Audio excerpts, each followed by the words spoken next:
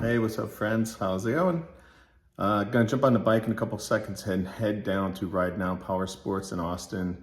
BMW ambassador Nate Kern is there. He's the special ambassador for the S1000RR and also their test pilot, if you will, test rider for the RR and sport bikes, and also a very accomplished racer. So I'm gonna go down there and see if I can interview him.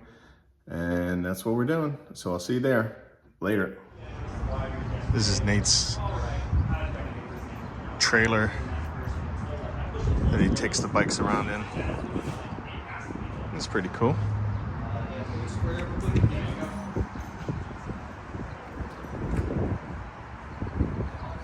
So I just got here at Ride Now and just gonna check out some bikes. There's going to be a presentation, I guess, and I'm going to try and fit in some time to interview Nate, but I don't know if that's going to happen or not. We'll see. But let's check out some bikes. They've got 3 new R1300 GSs here. Oh no, 2. I'm sorry. That one's the F900. That one there. So I got a couple here, a white one and kind of the competition color one. And here's the entire lineup as of right now here. Got some double R's. There's a single R on the other side over there. We have over here in the corner, my goodness, the carbon fiber monster threw up on this thing, man. There's carbon fiber everywhere. Look at it all.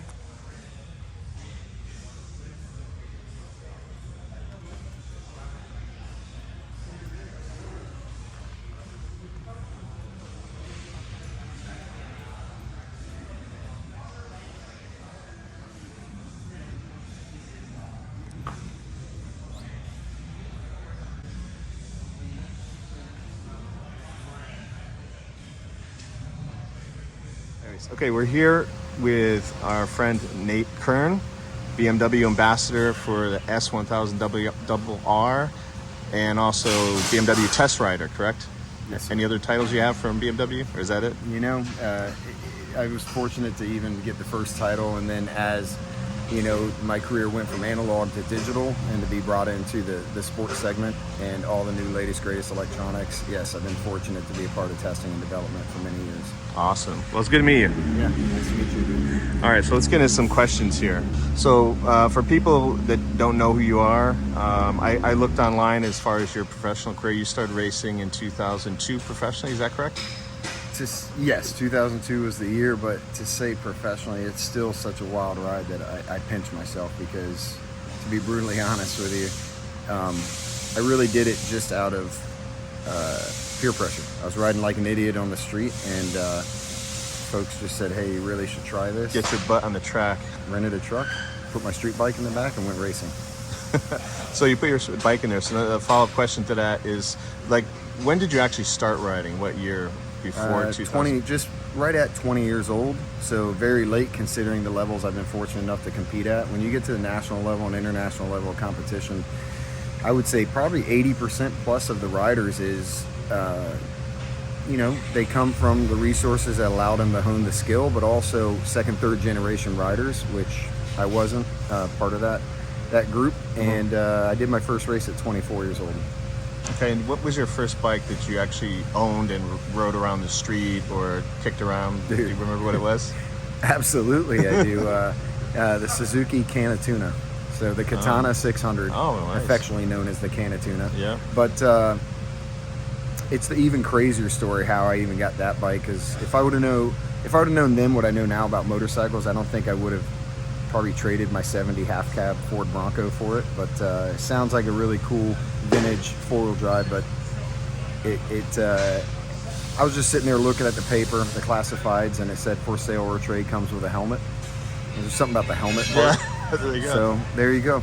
I ended up trading even up. That's a better bike than I had. My first bike was like a Yamaha XS 400 or 450. It was a piece of crap, had electrical problems, but yeah. I enjoyed it and I had fun on it. It's funny, we got a lot of similar analogies in, because we called this one the Easter egg, because it was like burgundy, but with pink and purple vinyl.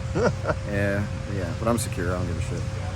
So give us the quick edited version of the story of how you actually got with BMW and started working with them. Man, that's a wild story, and I will give you the quick edited version. A girl I was dating in high school, literally. Okay, this is interesting. I would go over to her family's house, and you know, I'm on my best behavior, obviously, but walking through the garage, I didn't realize what I hit my shin on multiple times would potentially turn into a career. So I didn't know what BMW motorcycles were. I didn't really care about motorcycles at the time. Just young and dumb, and never even ridden a motorcycle at that point. But I kept banging my shin on jugs, and her father basically was part of a BMW club, the New Sweden BMW Riders, out of South Jersey. And fast forward, took a race school, started racing, went to Daytona, signed up for 8 races as an amateur, and won all 8 races, which is wow, awesome. Oh no, it's just the wildest story. It's like this crazy painting and puzzle is coming kind of almost clear in my life right now. But what's crazy is I never knew that what I was banging my shins up against would turn into a career. Wow. So it was a boxer. Okay. And then the Boxer Cup was coming from Europe to start at Daytona, just for one round and go back to Europe in 2003. And I was asked during that winter, after my first season of racing, where I only spent 1 weekend as an amateur, and the success we had at Daytona allowed us to move up through the regional pro series pretty quickly. But they said, would you ride our bike if we entered one in the Boxer Cup? And yeah, what's a Boxer Cup? Awesome. So that's they found you amongst your racing. Yeah, and it's wild. Okay, Yeah, absolutely that's wild very cool. story. It gets even more wild. Yeah. So for right now, what do you ride at home? Do you ride? I mean, you're on a bike constantly for work and Correct. stuff, but what do you enjoy just kicking around? You know what I choose to ride the most, and maybe it's just a admission of getting a little older, but really the functionality of an upright, naked bike. Honestly, one of the most underrated motorcycles we have in our lineup is the S1000RR and the F900R. There's just something different about, in real world conditions, to be able to make U-turns, and just sit upright versus clip-ons. Sure. I love my boxers. I can't get away from them. That was my roots. So the R9T. But yeah, I'm fortunate to have enough track time to get the M and the S1000RR excitement out of the way, and then I get on the street coffee shop. I like to take the S1000 single R or the M1000 single R. Oh, that's a beautiful bike. Oh, the M single R. You That's get crazy. 20 years younger, just when you think you're maturing. When I get on the KM3, the M1000 single R, there's just something you regress, and your maturity drops. It's just such an easy, fun bike, and very safe. And that's one thing that I'll get into when the time's right. To follow up on that, because you just mentioned Boxer, and I ride a Boxer. I have an RS, and I love it. But can you tell us the difference, the characteristic difference between, in terms of racing, like a HP2, it has the Boxer engine on the track, and an inline 4, torque, horsepower? What would be the major characteristic differences between those two? The number one major characteristic, if you go through the actual timeline of getting on the motorcycle, starting the motorcycle, just the vibrations, the pulses, the character of the bike, before you even engage the drivetrain. But once you engage the drivetrain, naturally you feel the crank, the way it spins on a Boxer. And again, just two big pistons, firing at each other, where the inline 4, not to say it doesn't have character and soul, but life begins at higher RPM versus lower RPM on the Boxer. But once we went to from the mid cam, the mid push rods, right? The mid cam, I think, on the R1200S, to the dual overhead cam on the HP2 Sport. That's where, again, you got to rob it from somewhere. So it had more top end with a little bit less bottom end. And from R11S to R12S to HP2 Sport. And then what's crazy is my Super Hooligan National Class Moto America bike this year, our BMW R9T. We have HP2 Sport cams. inside of it. They bolt right in. Oh, wow. And they go from 8,200 RPM to 10,000 RPMs. Literally 10,000, no embellishment. 9,800 was the stock rev limiter on an HP2 Sport, but we have the nastiest, craziest R9T that we're running this year. Awesome. This is kind of a safety question, but what would your suggestion be to a rider there's a lot of accidents that happen, especially with new riders that go wide. They either cross the double yellow line or they go off the curb and off into the woods because they didn't, anticipate the curve. They didn't see it coming. They were going too fast. What would be your suggestion to someone like that to tighten up that turn, like in an emergency situation, and kind of without crashing or going over the double yellow lines? Well, there's two ways to look at that. If that rider rides in that environment all the time, and gets complacent and feels like, hey, I know this corner, I drive it all the time, no matter what time of year it is, with the elements changing. I mean, there's so many variables, but realistically, either complacency and, the reality is with gyroscopic effect, there's two ways to combat that. There's two different body positions for two types of corners, low speed and high speed. So reality is, a newer rider, we've all been there. I've done it myself. I've gone over to double yellow, and I've been blessed to still be here doing interviews, and made it through just riding like an idiot on the street and learning the hard way sometimes. But for somebody to stay within their skill set, but maybe they don't know what their skill set is, and again, they're kind of testing the limits. I'll tell you, the biggest thing is that being on the X, that frozen moment when you're wondering why it's running wide. And naturally, that's where riders learn how to turn bikes with the throttle. They tend to close the throttle to bring it back online. Gyroscopic effect drops, and everything RPM wise that's spinning starts to drop, and then it wants to fall into the corner. So if you're in a long sweeping turn and you're sitting upright, doesn't mean you have to hang off. Don't act like MotoGP on the street. But reality is, it's your center of gravity versus gyroscopic effect. And where they cross over, if you just understand I don't want to honestly complicate it, and we don't need a 30-chapter ShamWow book about, counter steering. It just naturally happens. It's a natural phenomenon at what speed, at what type of corner, and it changes all the time. But for a rider to just truly invest in training and really get into a controlled environment, whether it's a parking lot or a track day, surround yourself with other riders that just can simplify, hopefully not complicate, the message of how to turn a motorcycle. So would it be a good idea, like you said before, there's two ways to turn a bike basically, and that would be, in my interpretation of that is on a track, so you're leaning your body off one side of the bike to fight that centrifugal force of trying to throw you off high side, or just dump the bike underneath you, not dump it, but tilt the bike underneath you, counter steer, and keeping yourself more upright, and just kind of like you're going to go off the curb, just push the bike down. Definitely you don't want to, again, if it's a low speed corner and you're running wide, line selection is a big part of that. If you have real estate that you're not using to the left, it could be 4 feet. Well, 4 feet, that you're not using makes a corner like this versus potentially being able to open up, whether it's decreasing radius or not. But reality is, that moment that you realize, and it's usually new roads. So you take a rider outside of their environment where they don't know the roads, common sense should set in.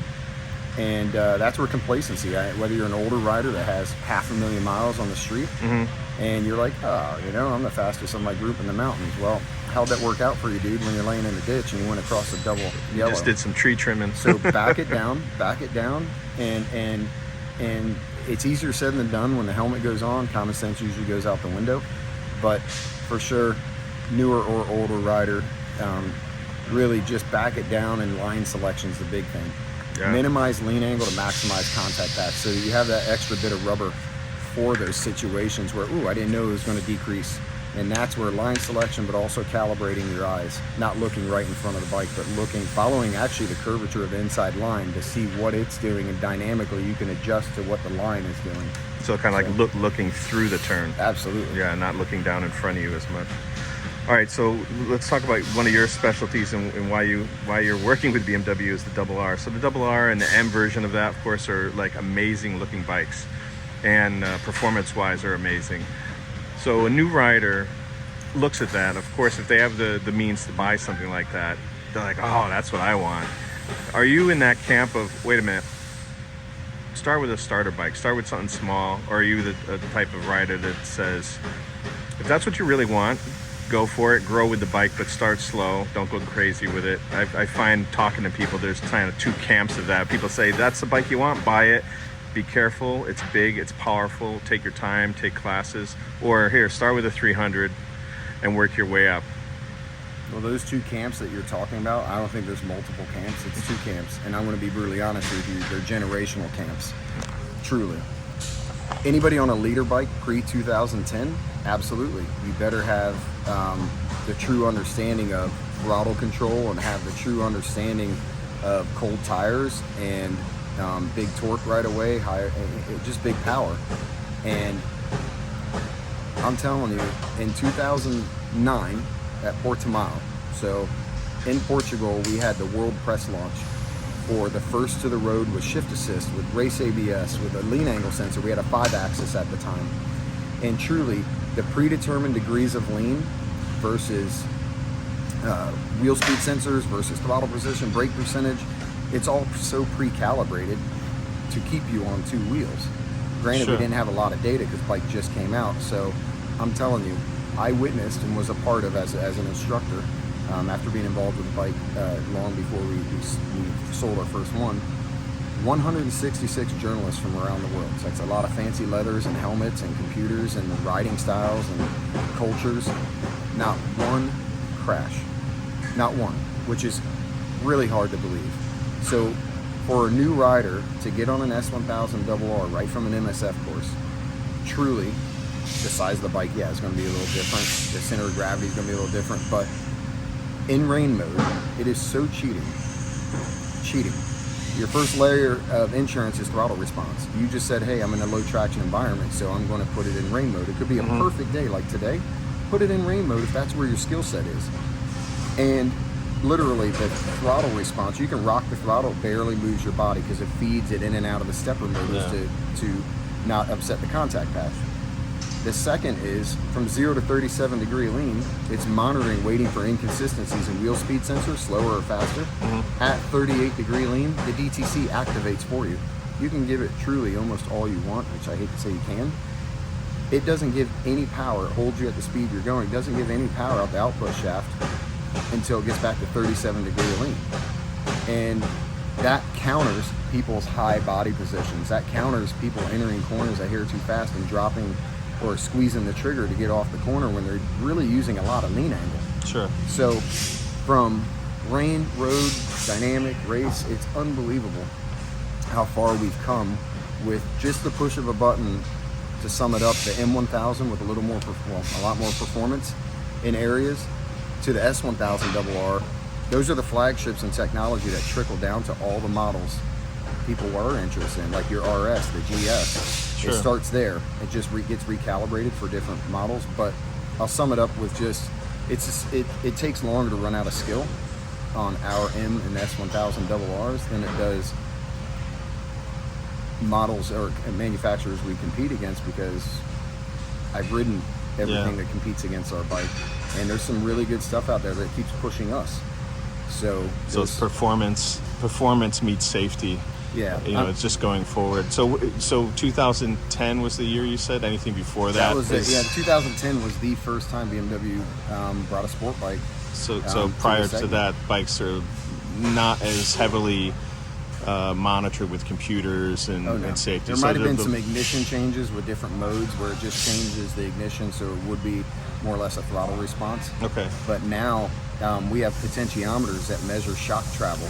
Yeah. And literally what that means is every 10 milliseconds, the dynamic dampening control, all that fancy talk just means that what it's doing is really only translating about 80 to 85% of what's really happening in the real world to your second shock, which is your spine.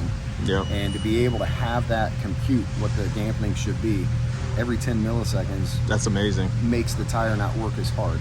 Yeah. That's awesome advice too, because when I bought my RS, I lived overseas for a long time, so I had a scooter. I lived in Asia. We couldn't get these bikes. They're against the law where I lived. So I'm like, when I get back to the US, the first thing I do is buy a bike. And what I did is I bought the RS 1250, big bike. I was used to a little scooter. But people say, why don't you get a smaller bike size? I don't want a smaller bike, because I know I already have experience riding. And I was in a BMX when I was little, so there's no engine. But I mean, I've been on two wheels my whole life. I know that within a few months I'm gonna be bored as hell with a little 300cc engine or something like that. I just want the big one. I'm gonna go slow, and I'm an older rider too, so I'm not 20 years old. Younger, that's where the maturity and the self-control and the patience comes in. Yeah. Which you have to hone, you know. Yeah. And but your RS, one of the best features on, if you just want to really prioritize, is shift assist. Yep. When you're minimizing the multitasking, when your hands are outside of your periphery, try getting your hands outside of your periphery and then moving them. It's amazing how your periphery changes because you're concentrating on what your hands are doing. And when you can just minimize that with the Shift Assist Pro, clutchless upshifts, clutchless downshifts with rev matching, which on the small part of the tire, it doesn't upset the chassis. On downshifts, it rev matches, and then some of our models have slipper clutches to back up the rev matching. So it's just confidence through technology, obviously, but you need to comprehend the technology, and that's where I like to come in and educate the dealers and help with any of the owners understand why and how their electronics activate and deactivate. There's a good one. So over the years, obviously, you're on the track.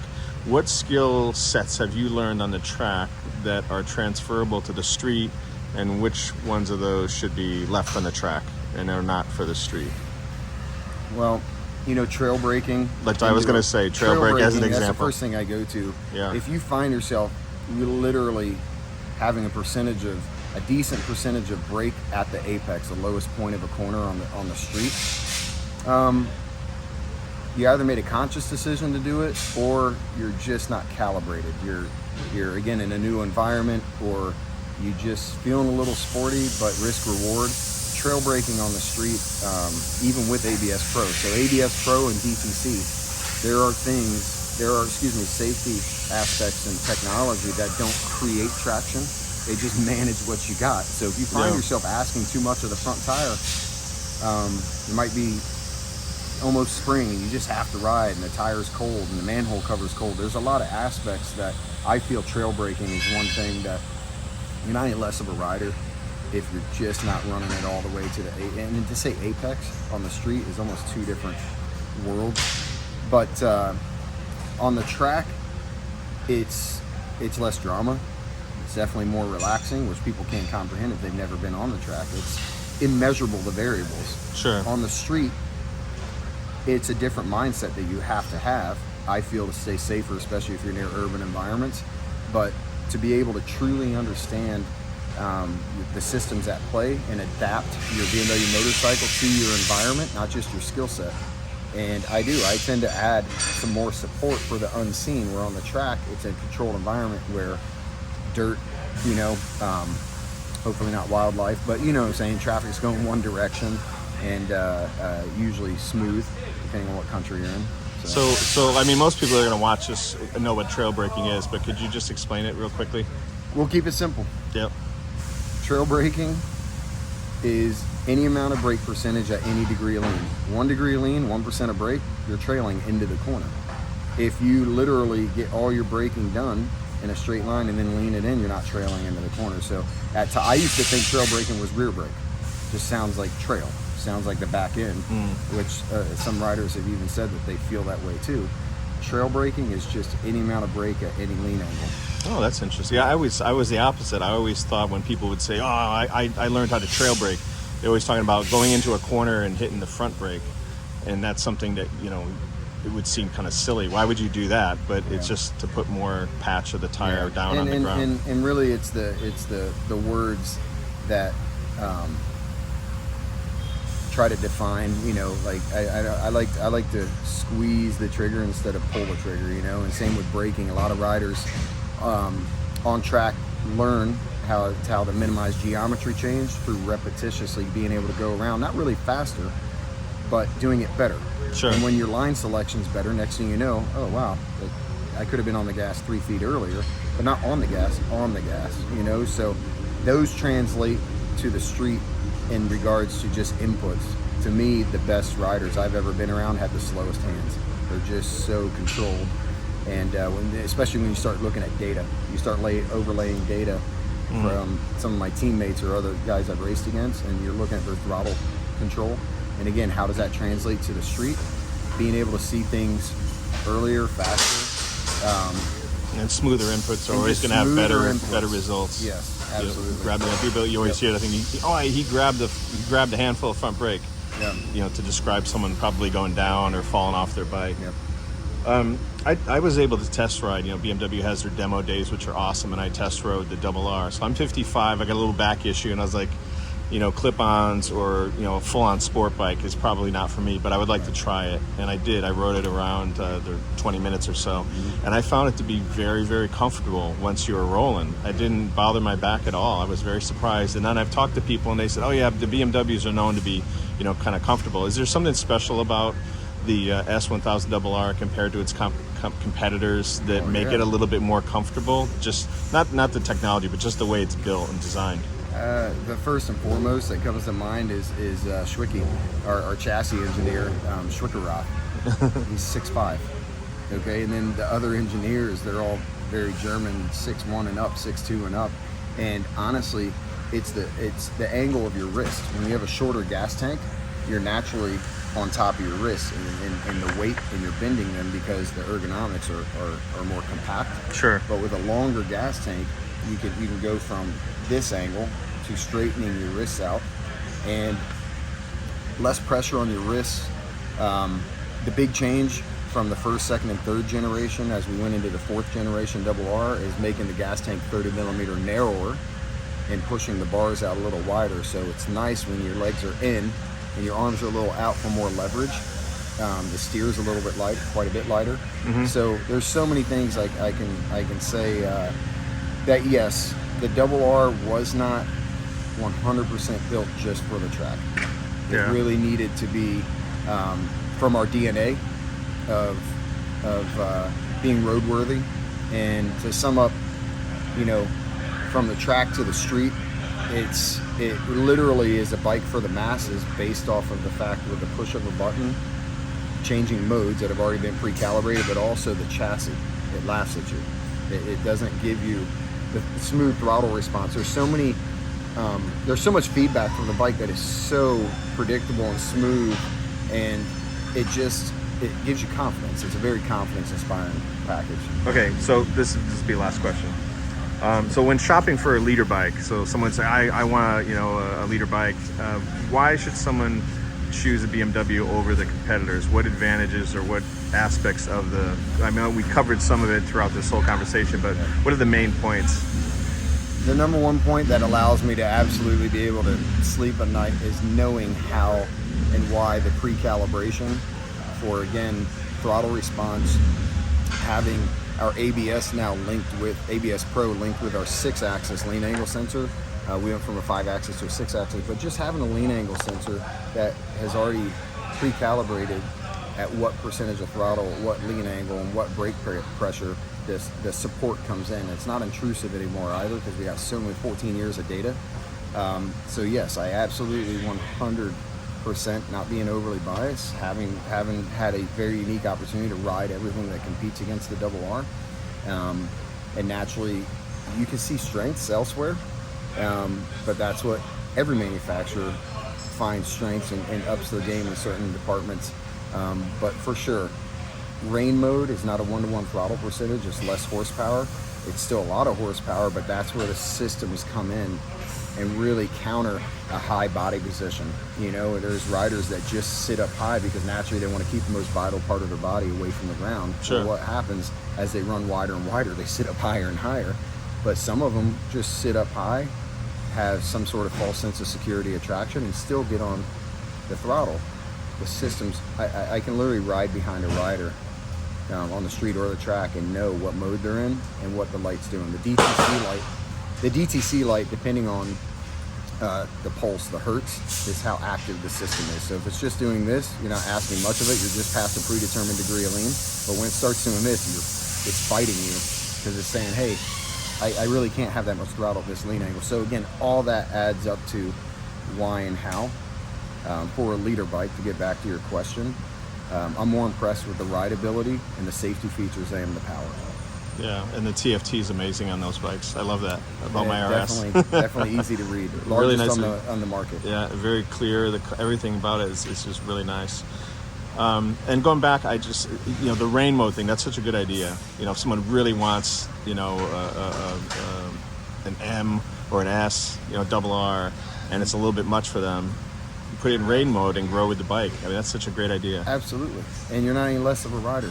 Yeah. It's called common sense. And you still got the bike that you wanted. And as you graduate to road mode, you'll see that it's actually not a one-to-one throttle, even though it's full power now. It's the initial opening is still soft to not upset the chassis or give you that sensation of feeling out of control.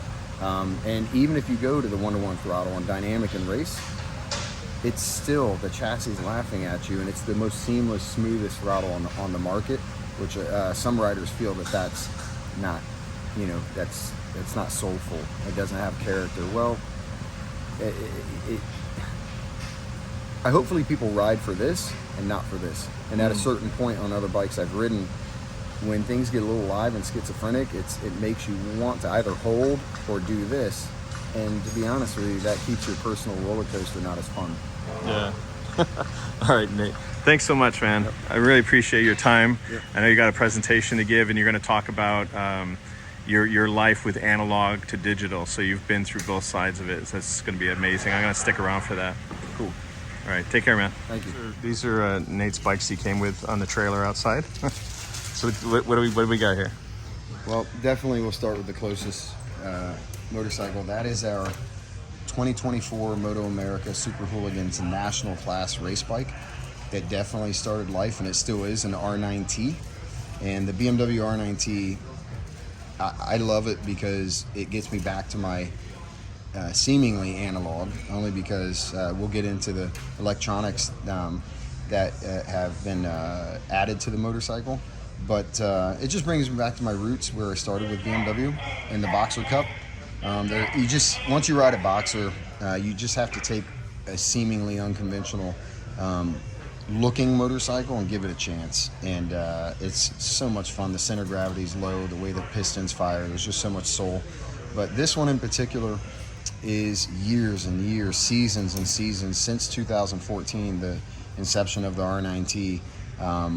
This will be the last year of the first generation R9T, and we're going out with so many years of development and a new class to finally show that the DNA is still in more or less a very customizable motorcycle that didn't really have plans to be raced, but it's shocking what it can do. Yeah.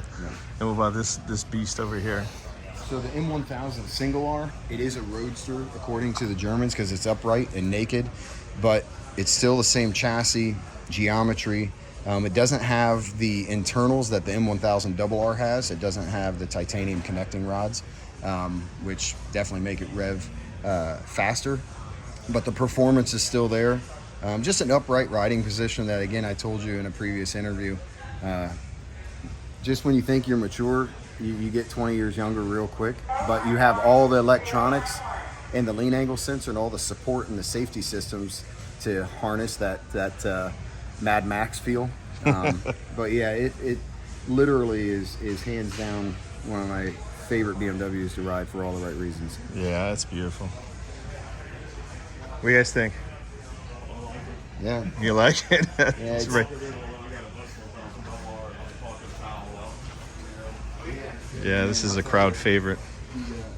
All right, friends, that's it from this side. Thanks so much for joining me. I hope you enjoyed that interview with Nate. Nate, thank you very much for your time. I very much appreciate it. Everyone, please subscribe if you haven't done so already. I really appreciate it. It helps the channel out. Do the thumbs up, ring the bell, all that good stuff. And until next time, take care, ride safe. Later.